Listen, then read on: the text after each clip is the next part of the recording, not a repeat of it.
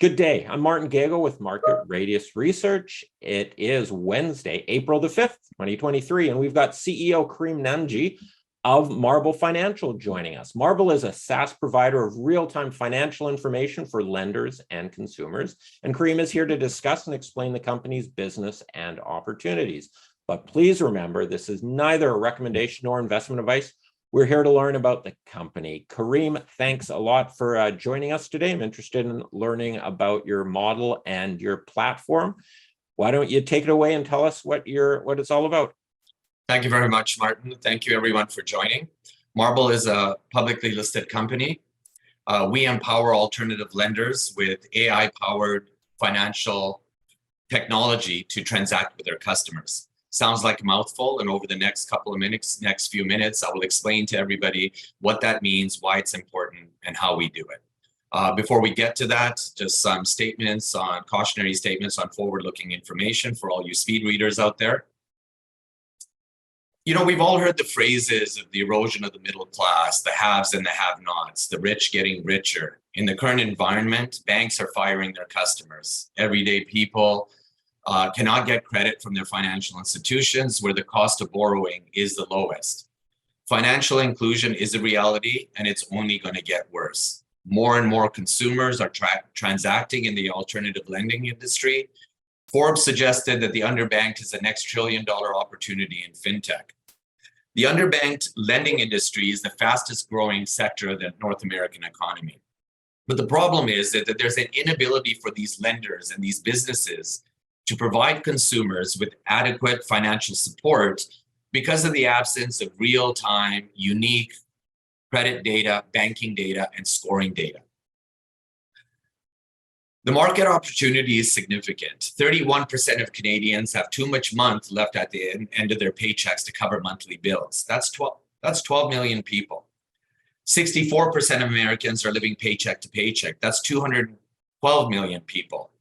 Alternative lenders are part of a $137 billion segment in North America. Fintechs and open banking are poised to grow exponentially in the next 5 years. So all this is coming together, and you're going to see the alternative lending industry with all these factors and attributes happening in the macro economy, and you're going to see a lot more customers looking into the alternative lending industry to provide solutions, to provide relief for their problems. So what is the solution? There is a trend towards web rooming versus showrooming. What that means is consumers are shopping online. My 90-year-old father learned Zoom and became an expert during COVID. So there is a move towards shopping online. Consumers are applying online. We are a credit-based economy. In Canada alone, for every dollar of disposable income, Canadians carry almost $1.80 of debt. You know, if you think about that for a second, that number is a lot closer to 2 to 1 than it is 1 to 1. So these consumers want to know that they qualify for something prior to visiting the storefront or the showroom. They want to know that they can purchase as they're getting declined everywhere else. Remember, the banks are firing these customers because of the high-risk environment and the worry about default. These customers want to know before they go. Couple that with the consumer preferences and the Netflix generation and the customer of one mentality. They want what they want when they want it. So they cannot afford to purchase, but they can afford payments. If they do qualify, they're subject to higher interest rates because of poor credit and high debt. These businesses and lenders want to be able to approve and adjudicate these consumers for credit at the speed and need of the customer. And so they also need tools and data to better assess risk of the consumer because of the risk of default. So this is important because from the MRBL perspective, we provide B2B solutions in 3 different platforms that are AI-powered, and they empower these businesses and these consumers with data to help them transact.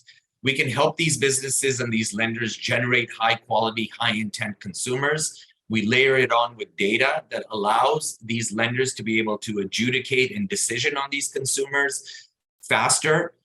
Also providing risk scoring tools that give these lenders some sense on the risk of these consumers being able to pay. Now, this helps these lenders, whether they're They're lending to the consumer in the mortgage industry or in the vehicle industry. So it's a very robust platform that helps both the consumer get approved faster and the lender develop an ROI on their marketing spend. There's a lot of declines happening in the industry, and our platform helps these consumers rehabilitate. So if they do not qualify for something today, they can qualify for it tomorrow with rehabilitation and financial literacy tools that Marble provides. As I mentioned, there's 3 major products that we provide. The Marble Connect product is an API connection directly with the business. It offers financial wellness that allows non-credit worthy consumers develop better credit so that they can qualify, and for the lender to develop an ROI on their marketing spend. They've already spent the money on acquiring that customer, and nobody wins if the consumer walks out without a purchase. Our Inverite is a transactional revenue platform where it's very open banking friendly, and it's a transactional revenue model where the lender, through the customer's consent, we're providing them, the lender, access to up to 12 months of banking data, categorizing the data, providing insights on cash flow and behavioral habits of the consumer. A lot of these consumers have poor credit, and the credit report just says, don't lend to this individual because they did not behave in the past. And most of the time, it's not the consumer's fault because of job loss or divorce or sickness. Either way, the traditional credit economy is based on providing credit reports to adjudicate the customer. We provide alternative data. Our Accumulate product, which is our newest product that we launched in the tail end of last year, it's a marketing and lead generation engine that enhances the credit decisioning process for the lender, because we're providing them high quality consumers with high intent, coupled with banking data, proof of income, as well as credit data so they can adjudicate. Now we couple that with a B2B2C platform where the consumer is able to rehabilitate if they've got poor credit or they've got high debt and they can't afford additional payments. And this allows the consumer to be able to get approved for buying a car, getting a mortgage, getting approved from their landlord or their cell phone provider, and potentially getting lower interest credit so they can pay off high interest debt. Karim? Yes. Could we just go back to the slide there? I just want to dig into the different services that you offer, just so it's very clear what each one does. On the Connect, that's SaaS revenue based, and you said that's an API, and that then connects to lenders, so they get a pipeline of they get kind of a credit rating or a credit assessment of an individual. So what happens here is that you've got a mortgage broker or a car lender, and they've got a platform where the consumer is making an application. And what happens a lot of these times is that lender has spent thousands of dollars on attracting consumers, and 1,000 customers come into their platform and only 10% of them are getting approved. Well, what happens to the 90% that are not getting approved? The lenders also have their own system, so they don't want to use a third-party user interface.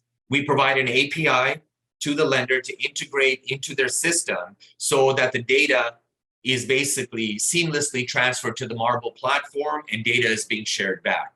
We've got AI-driven technology that can tell you, Martin, that your credit score is 600, but did you know it could be 650? If you pay $20 to Visa on this date, you can get 12 points. If you pay $50 to MasterCard on this date, you can get 20-point increase. And this is very important to the lenders because they can now keep that customer close and help them rehabilitate so that they could get approved tomorrow or next month or 2 months down the road. Okay, so that the lender could say, hey, look, Bob, you're almost there, but if you sort of paid off your credit card and sort of clean this up a bit, you'd be in a good state where then we could lend to you. So work on it a bit and then come back in a month or two. Exactly. It's twofold. It makes a difference between an approval and a decline. Yeah. And if you are approved, it makes a difference on the terms that you get. If you have the credit score is an algorithm-based number And the higher that number is, it's telling the lender that you're less risk. That means lower cost, right? Lower interest rate. But if you're a higher risk, the rates are higher. That's typically how the model works. For sure. Okay.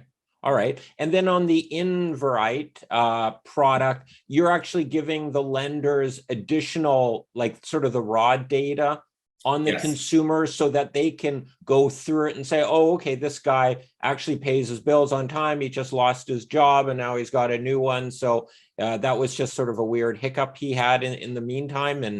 And they can sort of do their own assessment on the kind of the raw data.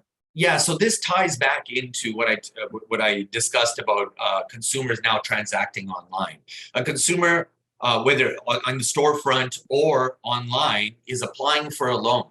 And as part of the adjudication process, the lender is going to obviously pull credit, but they're also, even though they know the credit is probably going to be poor, but they also want income confirmation. They want information on cash flow. So with open banking, the consumer consents to provide banking data. Our technology extracts information from the consumer's banking data. We categorize it. We provide it back to the lender that proves that the consumer is getting paid twice a month for the last 12 months. This is their net income. This is what they're doing. This is their disposable cash flow. This is how much money is left at the end of the paycheck. And this consumer has $1,000 after every paycheck. And that's very important to the lender. But we give it to the lender in real time because otherwise the consumer needs to go back and get paper bank statements or pay stubs or notices of assessment. The consumer needs the money now and the lender wants to transact now. If the consumer has to go away and get the paper-based copies, the transaction may or may not happen. Gotcha. Okay. So an easy way, you log in and then the lenders can get all the sort of the proof of income and all that immediately, and they can make their assessment. Okay. Yeah. It speeds up the transaction, get the deal done right there and then. Gotcha. All right. And then on the Accumulate product, that's more of, I guess, your lead generation and marketing. And then that way you can kind of market to the people with the financial profile that you're looking for, maybe not AAA rated, but you know that these guys aren't the best rated, but they should be sufficient to transact on the purchase. Yeah, so the subprime, non-prime industry, underbanked industry is growing, like I said in the first couple of slides. And so our partners, whether they're brokers, mortgage brokers, or lenders, or financing vehicles, these storefronts, let's use a car dealership as an example, they're out there marketing to consumers to come in and buy a car. These consumers are shopping online. So the consumer knows that they're looking for a car before the lender does and the dealership knows. These dealerships are spending tens of thousands of dollars, up to potentially $200,000 a month on attracting customers to come in and purchase a car. But a lot of the customers that they're getting are not qualified, they're not intent, and they don't have a high intent. So we leverage this marketing spend from the dealerships that they're spending already, and we find those customers online through very creative advertising, sometimes very specific to the vehicle that's on the lot. These consumers come in, a lot of times consumers just give us Martin, phone number, and that's it. But we can layer that with the customer journey and get credit information as well as proof of income up front, so that when we send it back to the dealership, there's high intent, and the dealership also knows that this consumer has the ability to close, right? So you're basically qualifying leads for these guys, which so they don't spend their time wasting money on guys who maybe not have the means or the intent to actually close a deal. That's thanks for summarizing it in English. That's exactly it. Yeah. All right. Okay, thank you. That was great. I think that clarified things. So the B2B partnership is central to our model. One, we're leveraging the marketing spend of our dealerships or our lenders or our mortgage broker business partners, and they're spending the money anyways, but we're optimizing the ROI on that, right? So we're providing them high quality. That brings customers into the Marble platform with a cost of acquisition that drives it towards zero. Because remember, we're leveraging the spend that our partners are spending anyways. We attract these customers into the Marble ecosystem through through a combination, one or two or three of these products, Marble Connect, Invite, or Accumulate. And we send these customers back, the data back to our partners so they can close the deal. But there's more customers that are getting declined than approved because of current economic conditions. We can rehabilitate those customers with our financial literacy and our AI technology in the Marble platform. And we can then send that customer back to our partners, maybe not today, but next month, with prescriptive guidance on how the consumer can improve their credit. We provide this insight to our partners so that they know that they can contact this customer 2 months down the road. So again, we're optimizing the marketing spend and giving them an ROI on money that they've already spent in the past. So it's very cyclical. And we're basically, for the declines, we're a clearinghouse to rehabilitate and manufacture customers that were not customers today. All right. Make sense? Yep. Okay. This slide here just shows that most of this has been in the heart of COVID. The MyMarble members has seen significant growth over the course of the last couple of years, where we've got just under 70,000 members on our platform.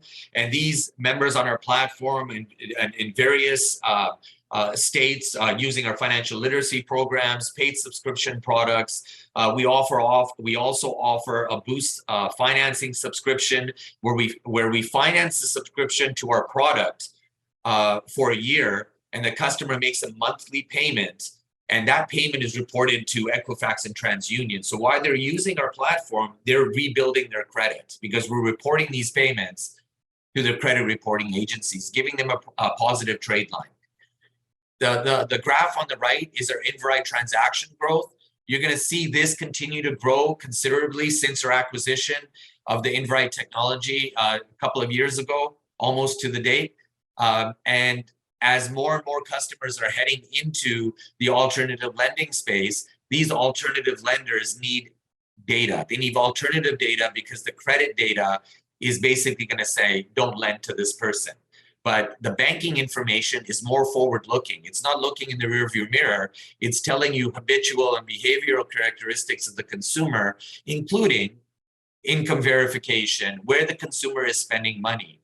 Overall, all this data means something to Marble because with future data science, not only do we know where the customer has credit, if they have a mortgage, if they have the credit card, who they're paying, who they're not paying, but we have a lot of information on the consumer spending data as well. We would know, Martin, when you're ready to shop at Canadian Tire before you would, right? Because of AI and spending and the data. Now, this is all customer consented data that we're getting. The consumer is consenting to provide this in return for the value that we're providing. So just to clear on these tables here, the left one, you have 65,000-ish consumers that are on the MyMarble member. And, right. and is that like an app you download off the app store, or how do they sort of get on MyMarble? So it is, we have a mobile friendly application, but the mobile app is on our roadmap for later this year. Customer signs on. 70% of our customers are actually transacting through the mobile phone because that's just where everybody does business, personal or not. But they sign on, they provide consent, and then we provide them. A lot of these individuals come in and join in our Marble Learn product because they want to know more about budgeting, credit, debt. And then some of them sign up for a paid version where they're paying a subscription model where we actually give them prescriptive guidance through AI on how to actually improve their credit, right? So the MyMarble members, most of these members came in during the heart of COVID in a direct-to-consumer approach because most businesses is kind of shut down in the lending ecosystem during COVID. But now a lot of these members are coming through our partners who are using our technology either through API or through a referral into the Marble platform. And then these customers are now coming through the B2B realm on the MyMarble membership side. Gotcha. And so then on the next graph to the right, so you've gone up from Q1, or I guess 2 years ago, 2021, from less than 200,000 transactions to now over 300,000 transactions. Yes. And that's based on a quarterly. And so as you see more and more people go to the alternative lending space, these lenders are also forced to automate because nobody's going to the storefront. So they're looking for real-time data that can allow them to decision on that customer faster, right? Okay.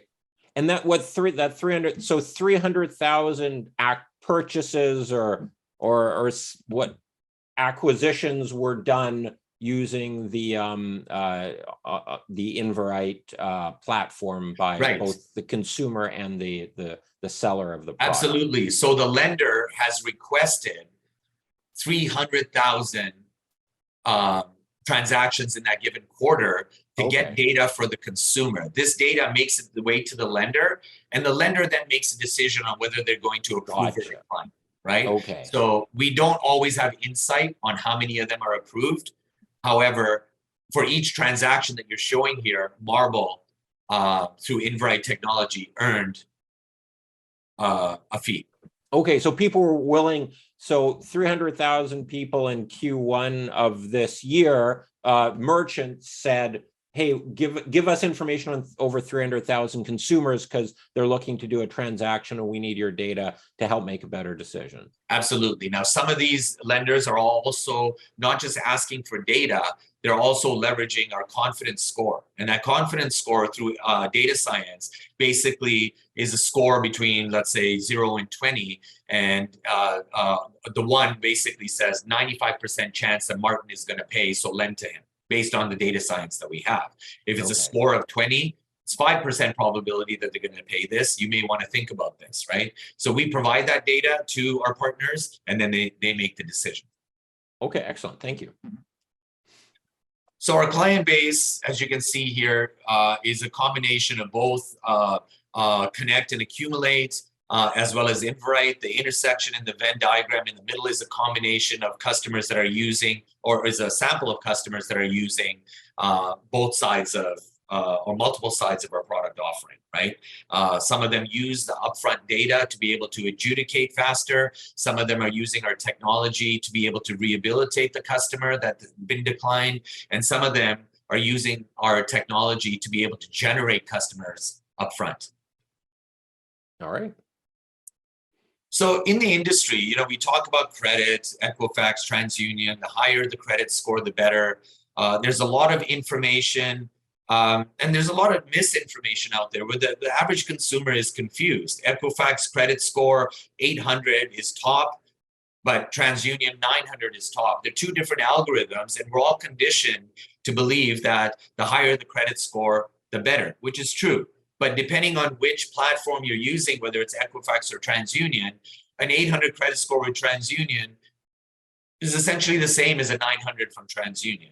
Couple that with the fact that different lenders use different providers. Some people use Equifax, some use TransUnion.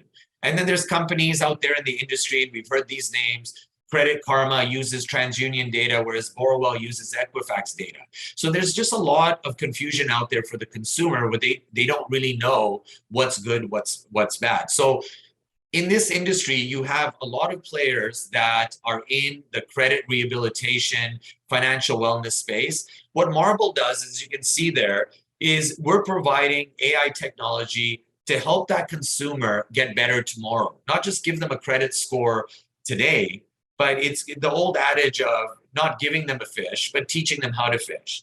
And the way we package our solution together, we're providing these insights based on consumer consent to the businesses so they have insight on their own consumers. So we package together, and so it's not like I download Credit Karma or Borrowell on my phone as a consumer. This consumer consented data can be provided in meaningful insights to the actual business partners so they know more about that customer. All right. These are our milestones and achievements over the last couple of years.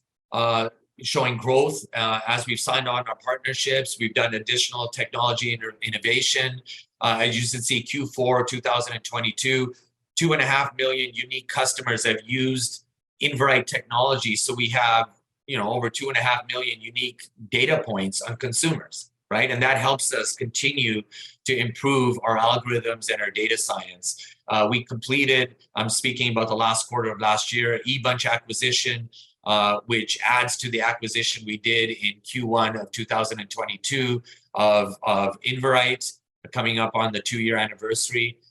We completed the eBunch acquisition last year, and we rebranded as Accumulate.ai, and we launched that in Q4 of 2022. What we found when we acquired this technology, that the customer base that we acquired, there was a high volume of those customers that we acquired that were auto dealerships.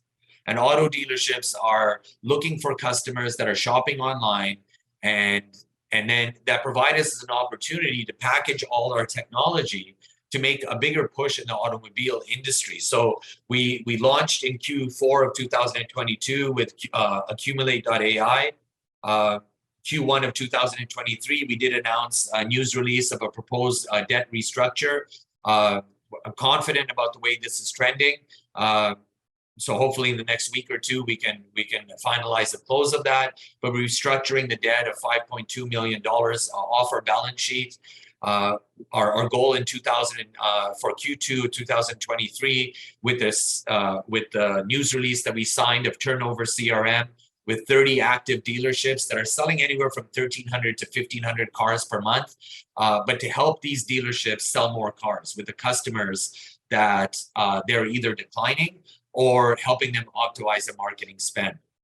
And then Q3 of this year, we want to launch our Marble Card program.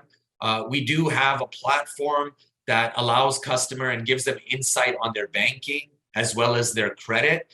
But the natural extension is to allow these consumers to actually pay and spend. So that's why we want to launch our Marble Card, and then finally complete our goal of expanding into the U.S. market with a partnership, offering our technology to our partners' client base in the U.S. and also leveraging their technology here in Canada.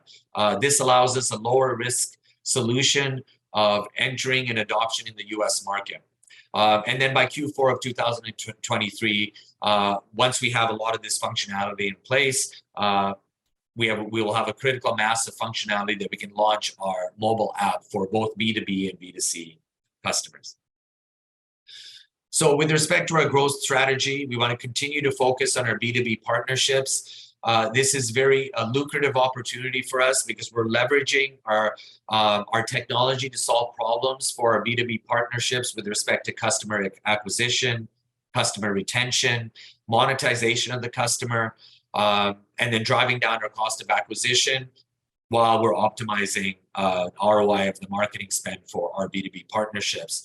The expansion into the US market has been elusive over the last couple of years because the timing hasn't been right for various reasons, COVID being the major reason, and then continue to develop more products and technology solutions that we've announced in the past, but want to announce more in the future as we go forward.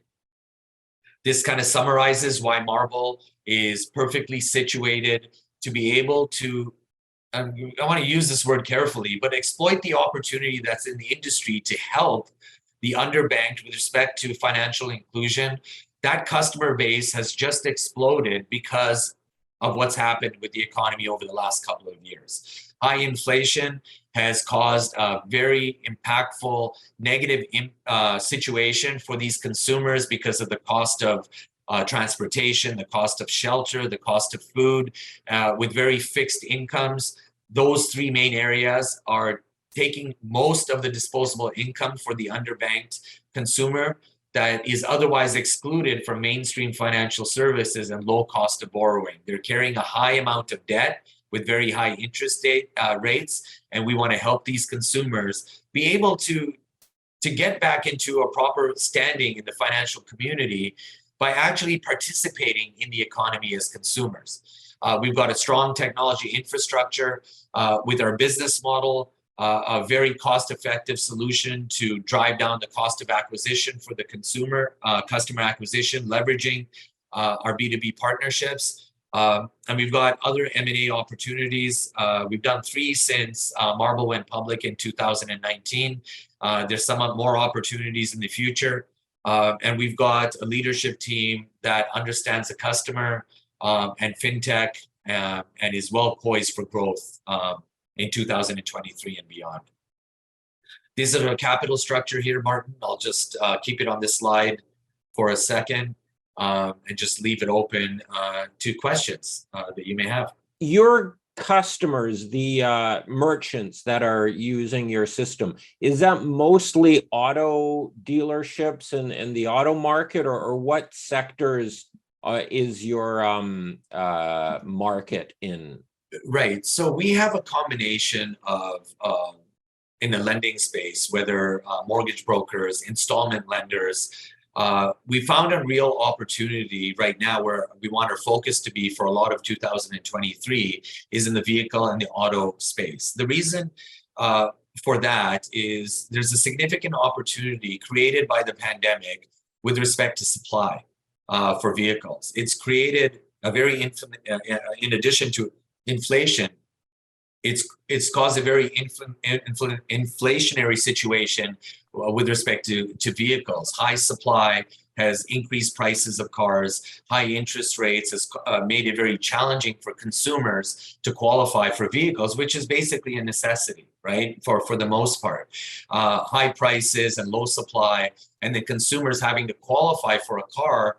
That same car, they could have qualified for $500 a month payment last year, or several months ago, to be honest, and now that's costing them $800. So it's very expensive for that consumer to qualify. And so there's an opportunity with respect to dealerships that are looking for qualified customers who can get approved, and for the consumer that needs to be able to purchase a vehicle in a manner that's actually affordable. A lot of times these consumers are carrying a high amount of consumer debt.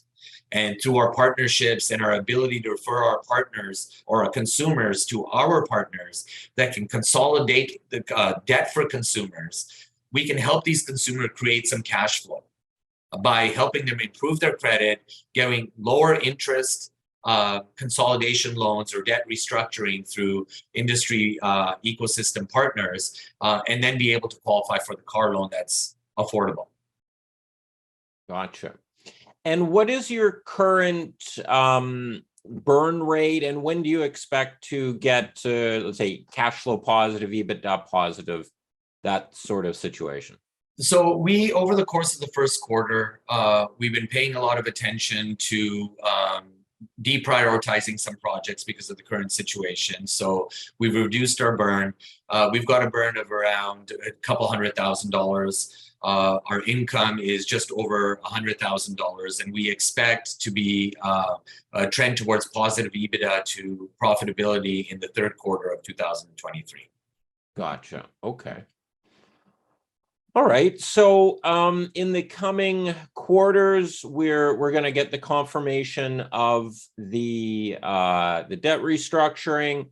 You're entering the U.S. market. So obviously, if you're entering the U.S. market right now, your business is purely Canadian. And yes. Then you, okay. It is purely Canadian. We know exactly what we need to go into the U.S., but as a Canadian company going into the U.S., you need to make sure that we're mitigating the risk and optimizing the chance of success. So we do have partners in Canada that do business in the U.S. for adoption, but also finding a partnership in the United States that it's kind of like the Reese's peanut butter commercial, your peanut butter in my chocolate and vice versa. Okay. There's an opportunity to leverage each other's ecosystems using each other's technologies and selling into each other's markets, right? Okay. And so that is our goal. We know exactly what we want to do there, but there's a function of compliance, legal, a little bit of research, and then some technology infrastructure that needs to be set up because of data privacy differences here versus Canada and the protection of consumer data. Is the US market, can you sort of do a national program, or do you need to have, or like the US in some ways is very, like each state has a bunch of different rules and regulations. Can you kind of roll out nationally, or do you have to pick states and launch into individual states separately? Yeah, so if we were lending, we would need regulatory approval, and each state is very separate. But our goal is not to do lending. Obviously, it's fintech, and with the card program that allows us to be a little bit more holistic and launch globally in a broader way in the US, right? Okay, that makes sense. And so that allows us. Obviously, the market is significantly larger in the United States. A lot of the concepts that we learn here in Canada are 3-4 years behind what becomes natural in the United States. So some of the things that we're pitching and selling and socializing here in Canada is already more mainstream in the United States. Interesting. All right. Okay. I think we went over kind of all the key points here. Is there anything else you want to highlight or emphasize before we wrap things up? No, I just wanted to highlight the opportunity that the company has been very busy over the course of the last 2 or 3 years with M&A activity, restructuring, reprioritizing, and we're poised for a significant growth in 2023 with some of the news releases that we just announced. The financials of the company have never looked better. And so we're very excited for 2023 and beyond as we look to complete our roadmap, both on the technology side as well as our growth strategy as well. Thanks very much for the opportunity, Martin. All right, Karim. Well, thank you for joining us today and walking us through the business and explaining it. So thanks a lot, and looking forward to having you come back and give us updates as the business moves forward and things continue growing. Absolutely. Thank you, Martin. Thank you, everyone.